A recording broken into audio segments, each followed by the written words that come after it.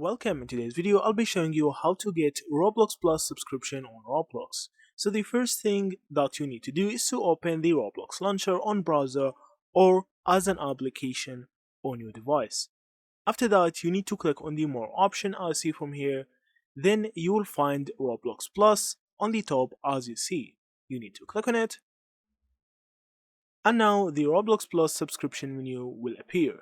Now, from here you will find all the information about the subscription.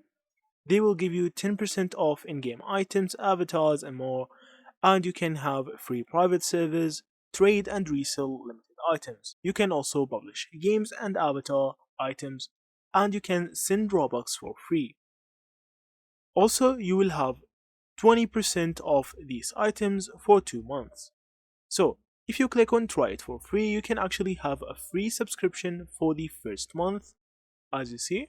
So it will give you a 1 month free trial, totally free, that you can actually cancel after the first month.